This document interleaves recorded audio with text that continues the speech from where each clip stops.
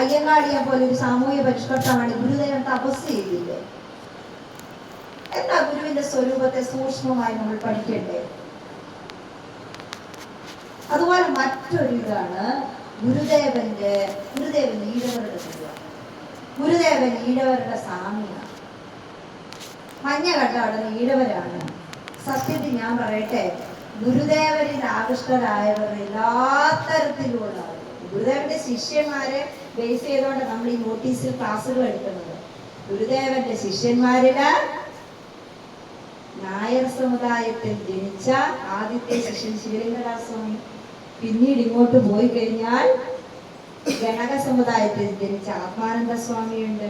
പറയ സമുദായത്തിൽ ജനിച്ച ശുഭാനന്ദ സ്വാമിയുണ്ട്. ശുഭാനന്ദ ഗുരുദേവൻ മാവേലിക്കലിൽ അറിയപ്പെട്ട ഗുരുദേവന്റെ ശിഷ്യനായിട്ട് ധർമ്മസംഘത്തിലെ അംഗമായിരുന്ന ആളാണ്.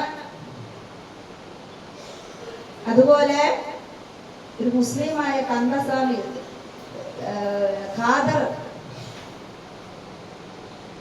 ഖാദറായാൽ ഇരുന്നാൽ മതി എന്ന് പറയും. ഗുരുദേവന്റെ ശിഷ്യനായി. ചാക്കോ, ഏണസ്റ്റ് ചെർക്ക് ഗുരുദേവന്റെ തത്വദർശനത്തെ സ്വീകരിച്ചു വരികയത്. ഇനി സ്ത്രീകളുണ്ട്. ഗുരുദേവന്റെ ആദ്യ ശിഷ്യ പിച്ചമ്മാളാണ്. ഒരു ഈഴവ സമുദായത്തിൽ ജനിച്ചൊന്നുമല്ല. തമിഴ്നാട്ടിലെ ശൈവപ്പിള്ളമാരെന്ന് പറയുന്ന പ്രത്യേക സമുദായത്തിൽ ജനിച്ച് ഗുരുദേവന്റെ ശിഷ്യയായി മാറി.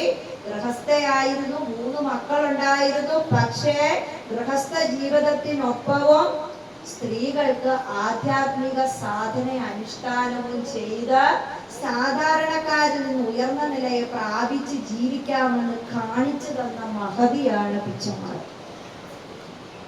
പിച്ചമ്മാള് ഗുരുദേവന്റെ ശിഷ്യയുണ്ടല്ലോ, മരണം മുൻകൂട്ടി എഴുതി വെച്ചാണ്. സമാധിയായി. ഗുരുദേവന്റെ അനുഗ്രഹം കൊണ്ട് എവിടെയാ പോയി ഗുരുദേവനെ കണ്ടെന്നറിയാമോ? പിള്ളത്തടം ഗുഹയിൽ. ഭർത്താവിന് ഭയങ്കര വയറുവേദനയായിരുന്നു. അപ്പോഴാ പറഞ്ഞത്, ഇങ്ങനെ ഒരു ഗുരു ഉണ്ട്. ഞാൻ ചോദിക്കട്ടെ, ആ പിച്ചമ്മാളും ഭർത്താവും സാമൂഹ്യ പരിഷ്കർത്താവിനെ തേടിയാണോ പോയത്?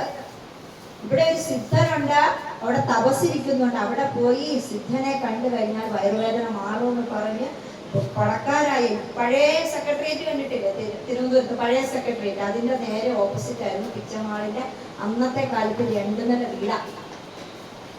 പിച്ചമ്മാളും ഭർത്താവും കൂടെ കാട് വെട്ടിത്തെളിച്ച് അവിടെ ചെന്നു. ഗുരുദേവന് ഭക്ഷണം ഉണ്ടാക്കി കൊടുത്തു. ഗുരുദേവൻ ഒരു ചോറെണ്ണ കൊടുത്തു. പിന്നീട് കുമാരൻ ഓവർസിയർക്ക് വയറുവേദന വന്നിട്ടില്ല. അപ്പോൾ പിച്ചമ്മാൾക്ക് പിന്നെ ഒരാഗ്രഹം, 2 ആൺകുട്ടികളാണ്. ഒരു മകള് ജനിച്ചപ്പോഴാണ്. ഗുരുവിന്റെ മുന്നില് നമ്മളെങ്ങനെയാ, നമ്മള് സാധാരണക്കാരിങ്ങനെയാ, നമ്മള് ആരെ ഭജിക്കുന്നു? ചിലര് കൃഷ്ണനെ ഭജിച്ച് കൃഷ്ണന്റെ മുന്നിൽ എന്ന് പറയും. ചിലര് ദേവിയെ ഭജിച്ച് ദേവിയുടെ മുന്നിൽ പോയി പറയും. അപ്പൊ ഭജിച്ച് പ്രാർത്ഥിച്ച് പോയി പറഞ്ഞു, എന്താ, ഒരു മകള്. ഗുരുദേവൻ ഇതുപോലെ ഒരുള്ള ചോറ് കൊടുത്തുണ്ടായതാണ് നാരായണി അമ്മ. കേരളത്തിൽ മലയാളത്തിൽ ആദ്യത്തെ വനിതാ MLA ആരുടെ അനുഗ്രഹം കൊണ്ടായ ആളാണ്? ഗുരുദേവന്റെ അനുഗ്രഹം കൊണ്ടുണ്ടായ നാരായണി അമ്മയാണ്. KR ഗൗരിയമ്മയ്ക്കൊക്കെ മുന്നേ തന്നെ ഗുരുദേവന്റെ അനുഗ്രഹം കൊണ്ടുള്ള നാരായണി അമ്മ ആദ്യത്തെ MLA ആണ്. നമ്മൾ മനസ്സിലാക്കണം, ഗുരുദേവന്റെ പാദാന്തികത്തിലെത്തി എത്രയോ പേര്. വളരെ പ്രശസ്തിയായ ലളിതാംബിക അന്തർജനം എഴുതിയിട്ടുണ്ട്. അദ്ദേഹത്തിന്റെ അച്ഛൻ ലളിതാംബിക അന്തർജനം എന്ന് പറയുമ്പോൾ തന്നെ അറിയാം, ബ്രാഹ്മണ സമുദായത്തിൽപ്പെട്ടവരാ. ഗുരുദേവന്റെ പരമഭക്തരായിരുന്നു. ആ അമ്മ കുഞ്ഞായിരിക്കുമ്പോ ഗുരുദേവന്റെ അടുത്ത് ചെല്ലുന്നതായ സന്ദർഭങ്ങള് ഈ കഴിഞ്ഞ മുമ്പിലത്തെ തീർത്ഥാടന സമയത്ത് ലളിതാംബിക അന്തർജനത്തിന്റെ കൊച്ചുമോൾ തന്മൂജ ഭട്ടതിരി അവിടെ പ്രസംഗിച്ചത് ഞാൻ മുന്നിലിരുന്ന് കേട്ടതാ. അവരെഴുതിയിട്ടുമുണ്ട്. ആനന്ദദത്ത സ്വാമി ഗുരുവായൂരിൽ പോകുന്ന ആളുകളാണ് ഇപ്പൊ ഞാൻ ഈ തൃശ്ശൂരിൽ എനിക്ക് കൂടുതൽ കാണുന്നത്. നിങ്ങൾ ആ ഗുരുവായൂരിലേക്ക് കടന്നു ചെന്നിട്ട് ആ കാലെടുത്ത് അങ്ങോട്ട് വെക്കുമ്പോൾ ആദ്യം ഗുരുദേവനെ ഒന്ന് പ്രാർത്ഥിച്ചോ. കാരണം ഗുരുദേവൻ അവതരിച്ചില്ലായിരുന്നെങ്കിൽ നിങ്ങൾക്ക് ആ വെളി നിൽക്കാനേ പറ്റത്തില്ലായിരുന്നു. അല്ല ശാന്തി, ഞാൻ പറഞ്ഞത് ശരിയല്ലേ?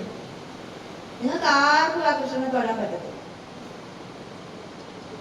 നമുക്ക് ആ ഭാഗ്യം, ആ സൗഭാഗ്യം, കൃഷ്ണനെ തൊഴുന്നത് സൗഭാഗ്യമാണെങ്കിൽ ആ സൗഭാഗ്യം ഉണ്ടാക്കി തന്നത് നിങ്ങൾ വൈദികരായിട്ട് ജീവിക്കുന്നുണ്ട് അല്ലെങ്കിൽ ആ സൗഭാഗ്യം ഉണ്ടാക്കി തന്നതൊക്കെ ആരാണ്? ഈ ശ്രീനാരായണ ഗുരുദേവൻ. നമ്മള് റൂട്ട് മറക്കരുത്, കാരണഭൂതനെ മറക്കരുത്. ഇതിനെല്ലാം ആധാരമായിരിക്കുന്ന ഗുരുവിനെ മറന്നു കഴിഞ്ഞാൽ, എൻ്റെ ഗുരുനാഥ സത്യാഗ്രസ്വാമി പ്രസംഗത്തിൽ പറയും, പാലം കടക്കുവോളം നാരായണ പാലം കടന്ന മുണ്ട് കുറച്ചും കൂടെ കയറ്റി കുത്തിയിട്ട് പുരാണ എന്ന് പറയുന്നു.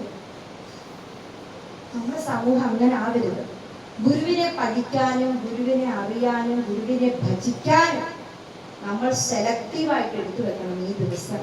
ഈ ദിവസങ്ങളിലെല്ലാം പുണ്യ ദിവസങ്ങളാണ്. ഈ ദിവസങ്ങളിലാണ്, ചിങ്ങമാസത്തിലാണ് കൃഷ്ണൻ ഉണ്ടായത്, വിശ്വകർമ്മ ജയന്തി വരുന്നത്, അയ്യങ്കാളി ഒരു മഹാത്മാക്കൾ ഉണ്ടായിട്ടുണ്ട്, ഗുരുക്കന്മാരുണ്ടായിട്ടുണ്ട്. വളരെ വിശേഷപ്പെട്ട ചട്ടമ്പി സ്വാമിയുടെ ജയന്തി ആയിരുന്നു കഴിഞ്ഞ ദിവസം. ഗുരുദേവന്റെ സതീർത്ഥ്യനായിരുന്നു ചട്ടമ്പി സ്വാമികളുടെ. ഇങ്ങനെ നോക്കി കഴിയുമ്പോൾ ഈ ഒരു സമയം എന്തുകൊണ്ടും പുണ്യമാസമായിട്ട് ആചരിക്കുമ്പോൾ ഞാൻ വീണ്ടും പെരുമോട്ടേരെ വിദ്യാനന്ദ സ്വാമി പറഞ്ഞതിലേക്ക് വരികയാണ്. അചിന്ത്യ ദുഃഖ സാഗരം കടക്കുവാൻ വിചിന്ത. ഇങ്ങനെ ജീവിച്ചാ പോരാ, പിന്നെ എങ്ങനെ ജീവിക്കണം? ആത്മോപദേശ ശതകത്തിലെ 1-ാം പദ്യത്തിൽ പറഞ്ഞു വെച്ചു.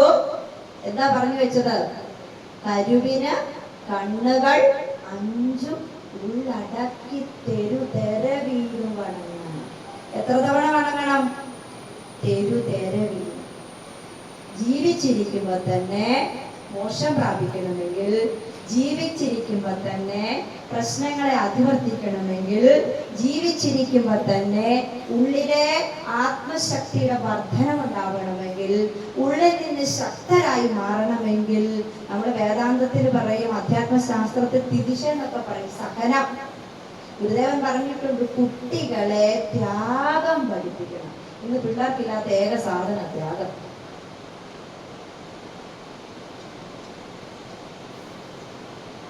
നമുക്ക് ഇഷ്ടമുള്ളത് വേണ്ടത് വെക്കാനുള്ള മനസ്സ് നമ്മൾ പഠിക്കണം. ഇഷ്ടപ്പെട്ടതിനെ ത്യജിക്കാൻ പഠിക്കണം. എന്നാ പിന്നെ ഈ വരെ ദുഃഖമൊന്നും നമുക്ക് ഉണ്ടാവത്തില്ല.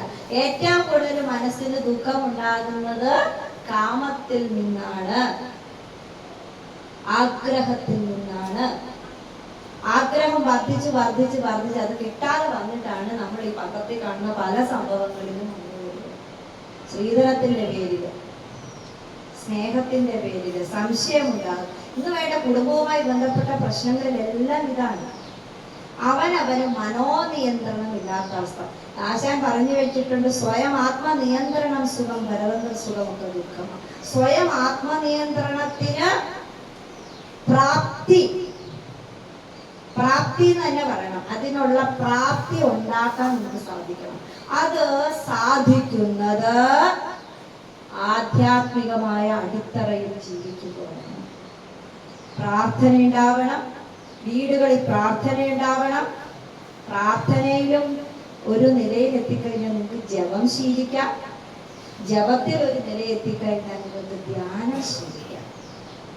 ഞാനിത് മുൻ ചെയ്ത ഒരാളാണ്, അതിനോട് പറഞ്ഞത്. എൻ്റെ ഗുരുനാഥൻ അത് ശീലിപ്പിച്ചിട്ടുണ്ട്. ജപവും പ്രാർത്ഥനയും ധ്യാനവും ഒക്കെ നമ്മുടെ ജീവിതത്തിന്റെ ഭാഗമാക്കി മാറ്റണമെന്നാണ് കരുവിന് കണ്ണുകൾ 5 മുള്ളടക്കി തെരുതെര വീണു വന്നു. സദ്ഗതി വരുവാൻ ഇതിനെ ഭജിച്ചിടേണം. ആത്മോപദേശമൊക്കെ സാധാരണ ഗൃഹസ്ഥർ പഠിച്ചിരിക്കേണ്ടുന്ന ഗുരുദേവന്റെ കൃതിയാണ്. അതിന്റെ വലിയ ആഴത്തിലേക്ക് പോയില്ലെങ്കിലും നമുക്ക് എന്തൊക്കെ ചെയ്യാൻ സാധിക്കും? ഇതൊന്നും പഠിച്ചത് കൊണ്ട് ആരും സന്യാസിമാരാവുമെന്നോ ഗുരുക്കന്മാരാവുമെന്നോ അല്ലെങ്കിൽ എൻ്റെ ഗൃഹസ്ഥ ജീവിതം പോയെന്നോ എൻ്റെ ദാമ്പത്യ ജീവിതം പോകുന്നൊന്നും ചിന്തിക്കേണ്ട. നല്ല രീതിയിൽ ഈ ഭൂമിയിൽ ജീവിക്കുന്നതിന് ഇങ്ങനെയുള്ള വലിയ വിചിന്ത നൽകിയ, ബോധം ഉണർത്തിയ, യഥാർത്ഥമായ അറിവിനെ തന്ന്, വെളിച്ചം തന്ന്, ഇരുട്ട് ഇല്ലാതാക്കിയ പ്രകാശ സ്വരൂപൻ പരമദൈവം, അതാണ് ശ്രീനാരായണ ഗുരുദേവൻ. ആ ശ്രീനാരായണ ഗുരുദേവൻ ആരാണോ വഴികാട്ടിയായി വഴി വെട്ടി ഇന്നത്തെ നിലയിൽ നമ്മളെ എത്തിച്ചത്, ആ ഗുരുവിനെ ഭജിക്കാതെ പ്രാർത്ഥിക്കാതെ ഇരുന്നിട്ട് വല്ല കാര്യമുണ്ടോ? നിങ്ങൾ എത്ര ചോറ്റാനിക്കര പോയിട്ടും, എത്ര കൊടുങ്ങല്ലൂർ പോയിട്ടും, എത്ര കൃഷ്ണനെ തൊഴാൻ ഗുരുവായൂർ പോയിട്ടും കാര്യമില്ല. കാരണം ഇപ്പോഴത്തെ നിങ്ങൾക്ക് ഭജിക്കുവാൻ കയറുവാൻ നിങ്ങൾക്ക് കാര്യമായത്. ഞാൻ ഈ തൃശ്ശൂരിൽ നടന്ന കഴിയുമ്പോൾ പലപ്പോഴും പറയുന്നത്, റിപ്പീറ്റഡ് ആയിട്ട് പറയുന്നതാണ്, ആനന്ദതീർത്ഥ സ്വാമിയെ നിങ്ങൾ മറക്കരുത്. ഞാൻ ഇന്ന് രാവിലെ ഒരു പ്രഭാഷണം കഴിഞ്ഞപ്പോൾ അവിടെ വന്ന ഒരാള് ഒരു ക്രിസ്ത്യൻസ് ആയിരുന്നു, കൂടുതലും മജോറിറ്റി ക്രിസ്ത്യൻസ് പീപ്പിൾ ഉള്ള ഒരു ഫംഗ്ഷനാണ് രാവിലെ ഞാൻ പോയത്. 80% ക്രിസ്തുമത വിശ്വാസികളാണ്. അപ്പൊ അതിൻ്റെ അകത്ത് ഒരാൾ പറഞ്ഞു അദ്ദേഹം കണ്ണൂരുകാരനാണ്. അപ്പൊ ഞാൻ ചോദിച്ചു ആനന്ദതീർത്ഥ സ്വാമിയെ കുറിച്ച്. പറയ പുലയ സമുദായത്തിൽപ്പെട്ടവരെ ഉദ്ധരിക്കാൻ വേണ്ടി ജീവിതം സമർപ്പിച്ചു ഗുരുദേവന്റെ ശിഷ്യനായ ആനന്ദതീർത്ഥൻ. ആ ആനന്ദതീർത്ഥൻ ഈ ഗുരുവായൂർ അമ്പലത്തിൽ പോയി ഭക്ഷണം, പണ്ട് ബ്രാഹ്മണ ഊട്ടല്ലായിരുന്നു അവിടെ, ഇന്നിപ്പോ എല്ലാവരും പോയി കൃഷ്ണന്റെ ഭക്ഷണം എന്ന് വാങ്ങി കഴിക്കുമ്പോൾ നിങ്ങൾ ഓർക്കണം, കൃഷ്ണനല്ല അത് തന്നത്, അതിന് സാഹചര്യം ഒരുക്കിയത് ആരാ? ഗുരുദേവന്റെ ശിഷ്യൻ ആനന്ദതീർത്ഥൻ. ആനന്ദതീർത്ഥനെ അത് ചെയ്യിച്ച ആനന്ദതീർത്ഥ സ്വാമിയുടെ ഉള്ളിലെ ദർശനം ആരുടേതാണ്? ശ്രീനാരായണ ഗുരുദേവന്റെ ദർശനമാണ്. ഫലത്തിൽ അതിന് നിങ്ങളെ അവസരം ഒരുക്കിയത്, ആ ഒരു സാഹചര്യം നിങ്ങളുടെ ജീവിതത്തിൽ ഒരുക്കിയത് ഈ ഗുരുവിന്റെ അനുഗ്രഹമാണ്. ഓരോ അന്നം എടുത്ത് കൃഷ്ണനെ ഓർത്ത് വായിൽ വെച്ച് അത് അനുഭവിക്കുമ്പോൾ, അത് നുകരുമ്പോൾ നിങ്ങളുടെ ഉള്ളിൽ ഗുരുവിനെ മറക്കരുത്. അതുകൊണ്ട് ശ്രീനാരായണ ഗുരുദേവൻ അവിടുത്തെ ശക്തി വിശേഷം ഈ ഒരു കൃതിയിൽ തന്നെ പെരുങ്ങോട്ടുകര വിദ്യാനന്ദ സ്വാമികൾ പറയുന്നുണ്ട്. അവർണ്ണനീയമാതിരുമേനിയുടെ അവതരിച്ചൊരു ഗുരുവരാജയ. ഗുരുദേവൻ ഒറ്റ നോട്ടത്തിൽ കണ്ടു കഴിയുമ്പോൾ ആളുകൾക്ക് പരിവർത്തനം ഉണ്ടാവും. അങ്ങനെ പരിവർത്തനം ഉണ്ടായി. ഇന്നത്തെ വിഷയം സത്യവ്രത സ്വാമികളാണ്. ഇങ്ങനെ അങ്ങ് പറഞ്ഞതുപോലെ ഉള്ളൂ. സത്യവ്രത സ്വാമികളുടെ ജീവിതം പഠിക്കണം. സത്യവ്രതന്റെ ജീവിത ദർശനം പ്രചരിപ്പിക്കണം. ശ്രീനാരായണ ഗുരുദേവൻ പ്രത്യേകം എടുത്തു പറഞ്ഞ ഒരു കാര്യമാണ്. സത്യവ്രത സ്വാമികൾ 1927 സമാധിസ്ഥനായത്. അതുപോലെ മറ്റൊരു കാര്യം എന്താണെന്ന് വെച്ച് കഴിഞ്ഞാൽ, ഈ പ്രാവശ്യത്തെ ശ്രീനാരായണ മാസാചരണത്തിന്റെ മറ്റൊരു പ്രത്യേകത, ബോധാനന്ദ സ്വാമിയെ ഗുരുദേവൻ അനന്തരഗാമിയായി അഭിഷേകം ചെയ്തത് ശതാബ്ദി കൂടി. ഇപ്പോൾ സത്യവ്രത സ്വാമികളിലേക്ക് മടങ്ങി വരാം. സത്യവ്രത സ്വാമികൾ നായർ സമുദായത്തിൽ ജനിച്ച ആളാണ്. അന്നത്തെ കാലത്ത് നായന്മാരാണ് ബ്രാഹ്മണരുടെ വീട്ടിലെ കാര്യസ്ഥന്മാർ. കൂടുതലും സാമൂഹിക വ്യവസ്ഥിതിക്ക് വേണ്ടി ജാത്യ ആചാരങ്ങൾ പാലിക്കാൻ നിർത്തിയിരിക്കുന്ന ആരെയാണ്? നായന്മാരെയാണ്. ഈ നായന്മാരെങ്ങനെയാന്ന് വെച്ച് കഴിഞ്ഞാൽ, ഇപ്പൊ ഇങ്ങനെ ഇതിലെ ഒരു ഈഴവൻ വരികയെന്ന് വെച്ചു, എൻ്റെ കയ്യിലൊരു വടിയാണെങ്കിൽ ഈ വടി വെച്ചിട്ട് ഒറ്റയേറായിരിക്കും ഇന്ന് നോക്കി.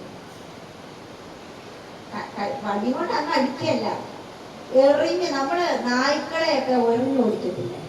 മുറ്റത്തേക്ക് വല്ലതും കയറി വരുമ്പോ, കോഴി നമ്മുടെ നെല്ല് എടുക്കാൻ വരുമ്പോ കല്ല് വെച്ചെറിയില്ല, അതേമാതിരിയാണ് ചില സ്ഥലങ്ങളിലേക്ക് ഈഴവര് തുടങ്ങിയ ആൾക്കാർ നടന്ന് കയറി വന്നവർ എറിഞ്ഞിരുന്നു. പിന്നെ കിട്ടിക്കഴിഞ്ഞാൽ വല്ല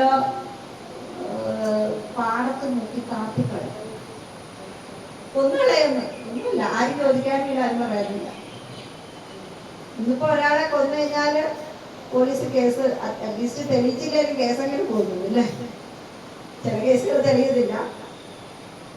നിങ്ങളൊന്ന് ആലോചിച്ച് നോക്കി, എത്ര സുരക്ഷിതമല്ലാത്ത നമ്മളെ പോലെ ഉള്ളവർക്ക്